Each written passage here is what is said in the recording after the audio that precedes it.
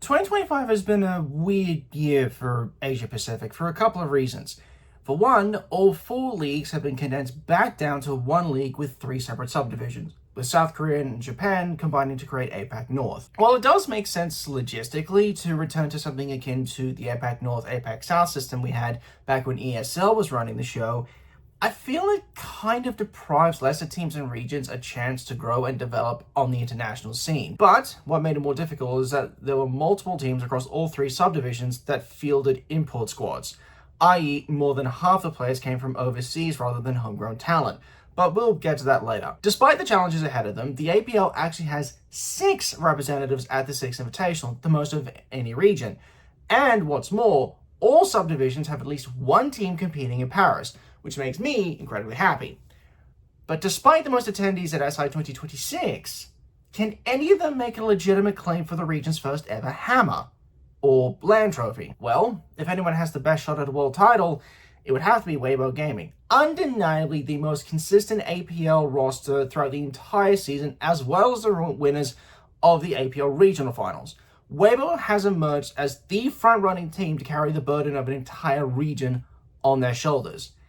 But they had one of the most difficult starts to a new era that I could think of within recent history. Because even though they qualified to the Six Invitational while they were under the Bleed Esports banner, they ended up competing orgless due to financial difficulties on the organizational side. What's worse, further roster complications alongside other factors ended their run in Boston prematurely, capping off what should have been a great 2024 season in the worst way imaginable. But from the ashes of Bleed rose the phoenix of Weibo, consisting of Arpe, Speakeasy, Reaps, Toadster, and Hoven. Stage 1 of Asia started perfectly for Weibo, with first in their group after an undefeated run, only being pushed to overtime once by Elevate. The playoffs is where they really showed their dominance, because despite a loss to Elevate in the upper bracket final, they would bounce back against Soul's Heart in the lower bracket final and then go on to beat Elevate in the grand final, booking their place at EWC in the process as SEA's sole representative. Don't ask me why that is, I couldn't give you an answer that makes logical sense. Despite losing to Rebellion in the upper bracket of their group, Weibo showed their class by clearing the lower bracket of Genji and Dark Zero respectively to reach the lower bracket playoff, the only team from the APL to do that. However, they got matched up against Secret in the quarterfinals, and well, you know what happened there. So remember back in the SAO preview where I said Fury was one of 2 teams to win both stages of the respective domestic leagues? Well, the other team to do that was Weibo. And although they had a slightly tougher time in groups, they would still finish in second. And in the playoffs, they made it look easy, even with an unexpected twist in the grand final, but we'll get to that later. But now here is where the APL diverges from the rest of the leagues for major qualification. The best 8 teams across all 3 subdivisions would compete in a major qualifying LAN event that would not only send the best 4 teams of the APL to Munich, but would also determine their seeding for the major as well. We never seem to have it easy over here, it seems. And this is where Weibo showed their endurance and their class. They would get sent down to the lower bracket by KAG Osaka in the second round of the upper bracket, and there was staring elimination in the face as Chiefs pushed the Asian Super Team to map 3. Even though it was well into the wee hours of the morning, Weibo survived a very close match against the Aussie squad and qualified to Munich. After that weight was lifted off their shoulders, Weibo cleared Enterprise and Dplus on their way to the grand final, but would fall just short against KAG Osaka.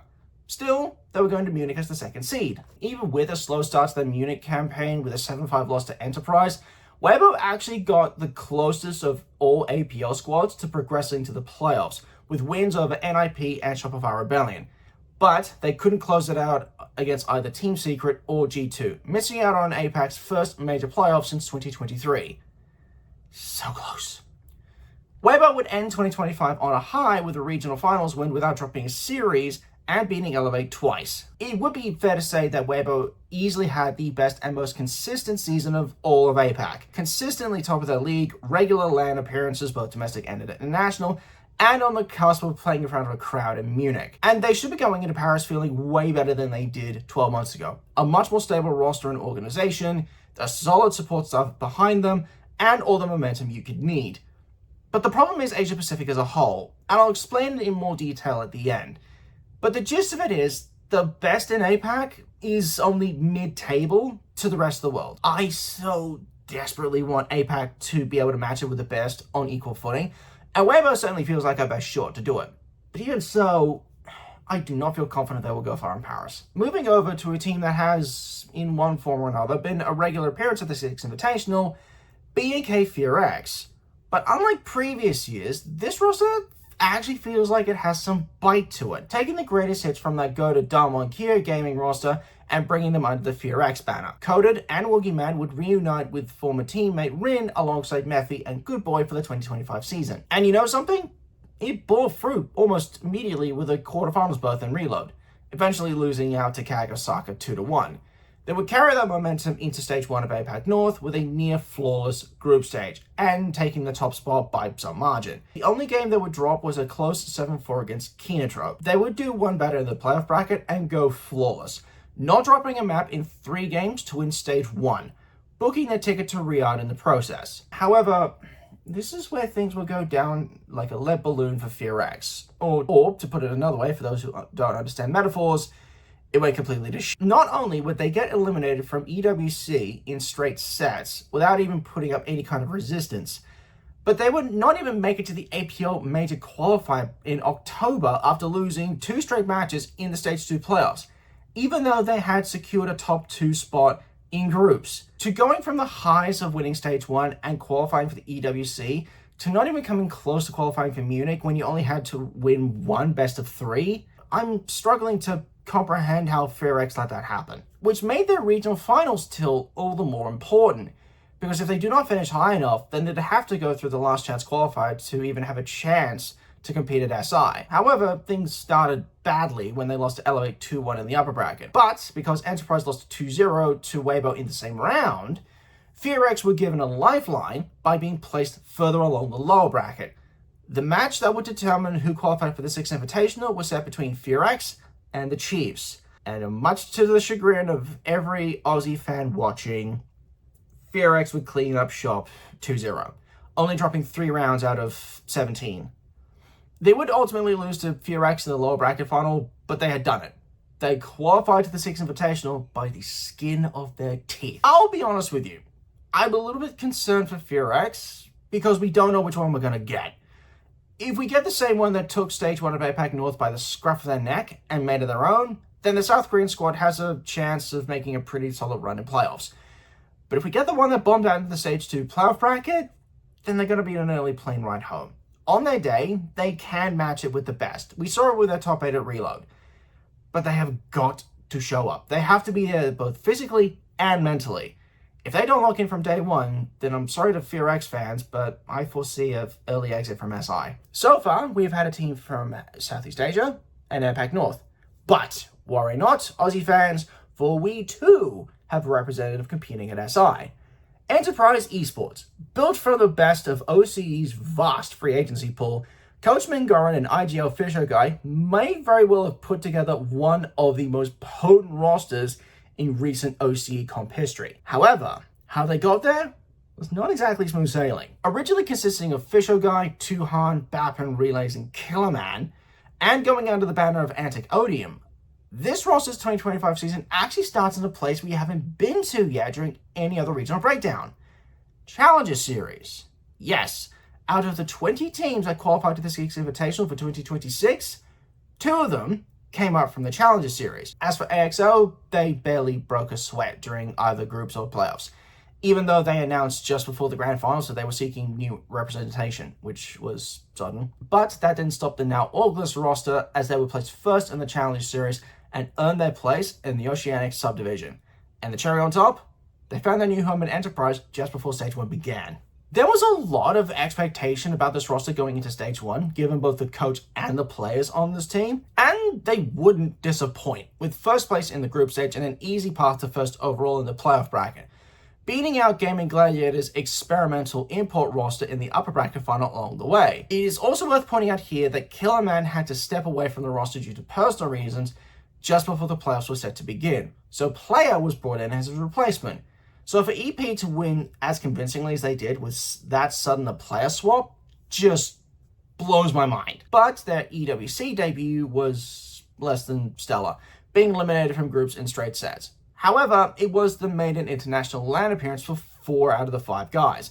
So let's give them a pass on that one, yeah? Stage 2 is where things would settle down a little bit for Enterprise, even with GG departing the scene and the Oceanic League being reduced to 7 teams for that stage. Despite an utter kicking courtesy of the Chiefs, Enterprise would still go on to claim the top spot during the group stage. Meeting the Chiefs again in the upper bracket final, EP would do away with them 2-0. But would be on the receiving end of a 2-1 after the Chiefs made it to the grand final from the lower bracket and rematch against their new rivals. Next up, Major Qualifier, which didn't start out well, being dropped to the lower bracket by a resurgent KAG Osaka. But thanks to an easy win over Enterforce 36 and a hard-fought win against PSG Talon, Enterprise would qualify for the Munich Major as the number 4 seed for the APL. When they got matched up against Weibo in round 1 of groups, many had rightly assumed that it would be an easy win for the Southeast Asian squad. But it was the Aussies who got the better of them with a 7-5 win, progressing them up into the winners bracket. However, their momentum would take a downturn as they suffered losses at the hands of W7M and Wildcard before being eliminated from Munich by Furia. And they would round out 2025 in 5th at the APL regional finals. If you were to take the results of the last 3 months in a vacuum, then it really doesn't look good for Enterprise going into Paris, especially with the group they've been drawn into. What is also against them is that most of this roster is still fairly new to the top line of international competition, so there's a reasonable amount of nerves to be had. But there are a couple of things working in the favor of Enterprise, if you know where to look. Let's dig a little deeper into the Munich results first. Yes, their win record doesn't look good. However, if you take a look at the results for both the W7M and Wildcard losses, they were both incredibly close, needing all 12 rounds of regulation just to determine a winner. And remember, Wildcard finished in 4th. As for the Furia loss, they actually won the former world champions map pick of Bank, which prior to Munich, they had a streak, I think, in the double digits.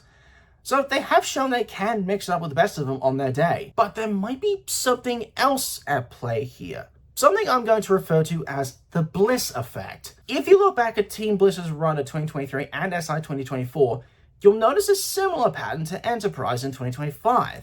Their first event was a write-off, their second event showed signs of real improvement, and in Bliss's third international appearance, they went thermonuclear. There was a very sharp incline in performance, and the results backed that up. And this was noted in a few places like the Jake and Guys podcast, and even on broadcast during the Munich Major. Now, I'm not expecting EP to have the exact same progression that Team Bliss did, but don't be all that shocked if they do pull off a similar run. They have the potential and the firepower, but it's on Enterprise to lock in on the day and show the rest of the world what they can do when they're let off the leash. As for the team that qualified to SI thanks to the last chance qualifier, as much as I am a fan of these guys, I think Daystar will be in Paris for a good time, but not necessarily a long time. Like with Enterprise for the Oceanic League, Daystar came up through the Asia Challenger Series after not receiving a direct invite to the league for 2025. But the roster of Jogor, Seal, Souffle, Pecan, and GigaChad, yes, that is his name, came out of the Challenger Series in first, although they had a tougher time of it going through the lower bracket. However, Stage 1 ultimately didn't pan out well for Daystar, with 5th place in their group and ending the stage overall in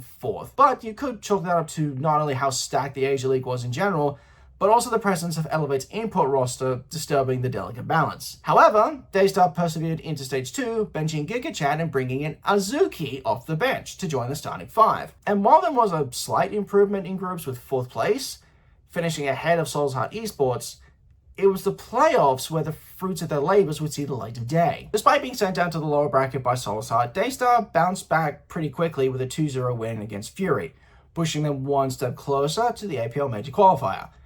And after they ended a Rival 7's campaign 2-1, that flicker of hope started to burn brighter. But surely Elevate would not let Daystar deny them an all but guaranteed major spot.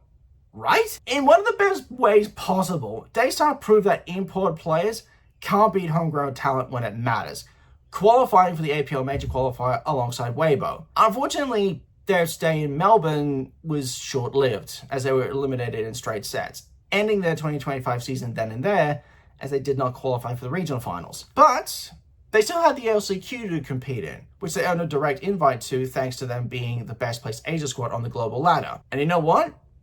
They were challenged at every turn, and came out on top, sending both Kago Osaka and Solskjaer down to the lower bracket, and even surviving a scare against Chinese squad All Gamers in the grand final. Daystar earned their place in Paris, even if they had to make use of the LCQ to get to the Six Invitational.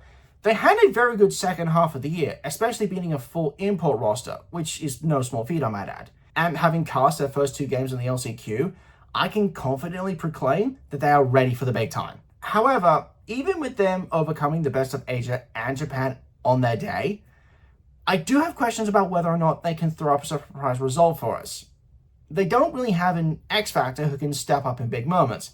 But then again, they may not need one if they're all playing at the same level as each other, something which I noted during the LCQ. Even if they don't win a game at SI, this is still a huge win for Daystar as far as I'm concerned. They should just soak up the experience for as long as they can and play like they've got nothing to prove. Because they don't, in my opinion. Now, as much as I want to say that wraps up the APL breakdown, we do need to address the elephant in the room.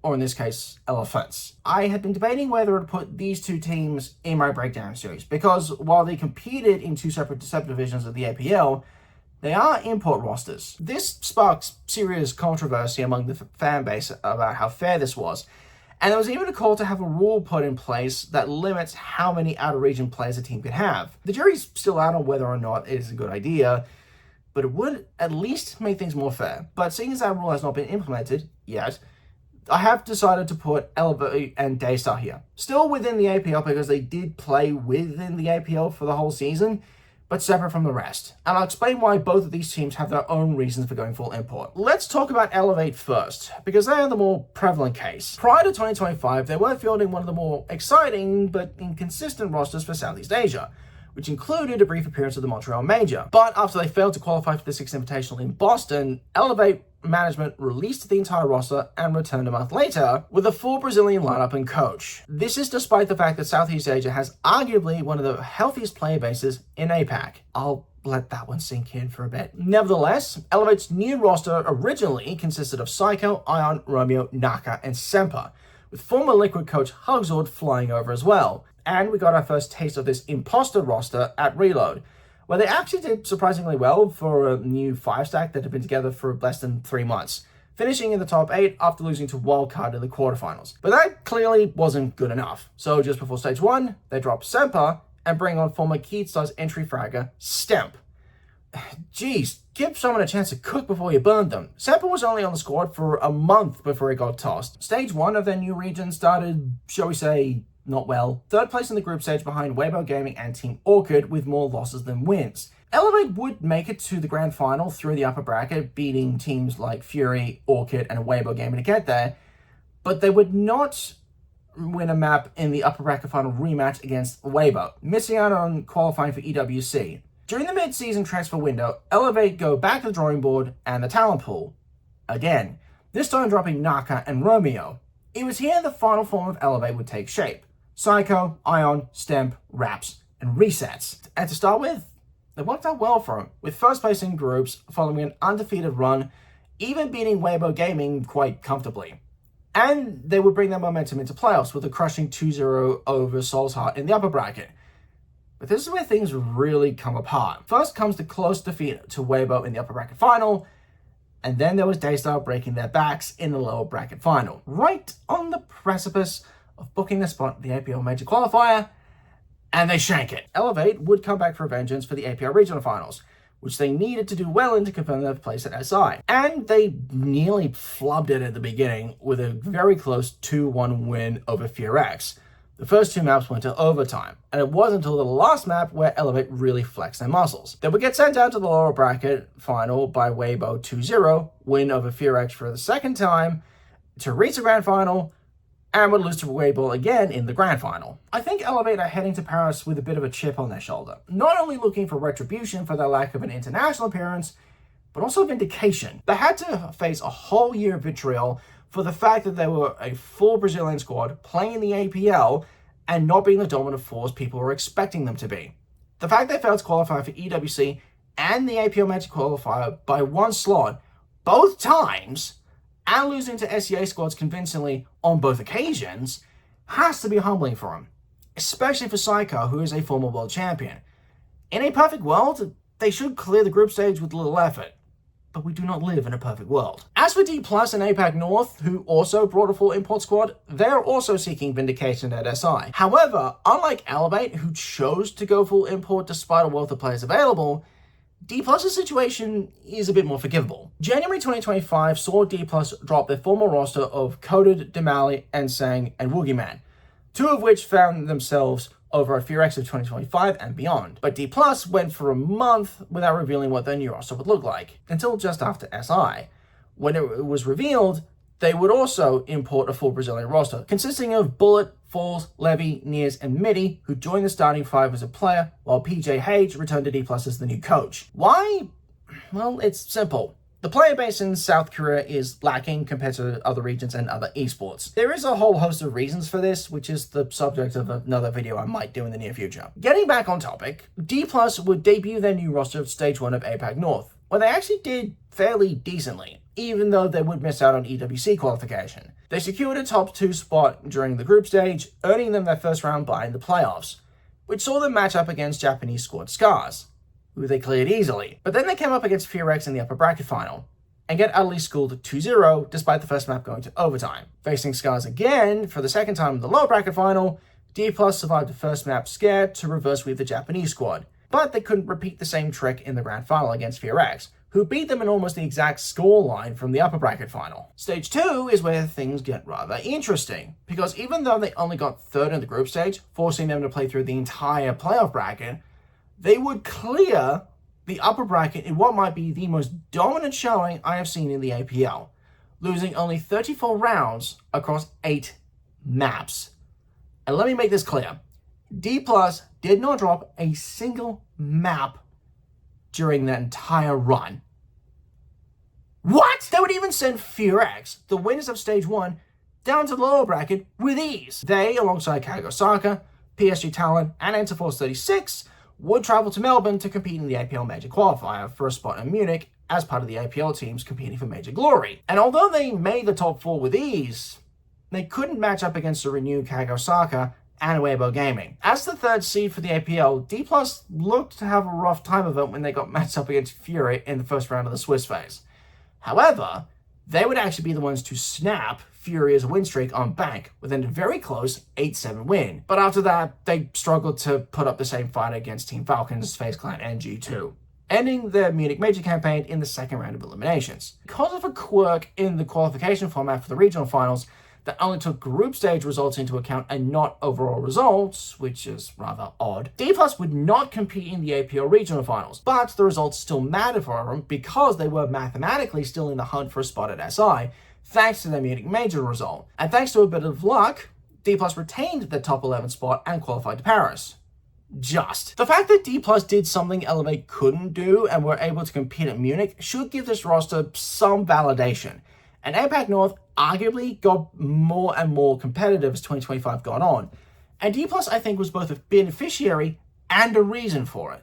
Say what you will about having a full import roster competing in APAC, it was at least successful in raising the bar for APAC North. Even so, I don't feel confident Dplus can make a deep run in Paris, especially since you have them lumped in with FaZe and G2 for their group at SI.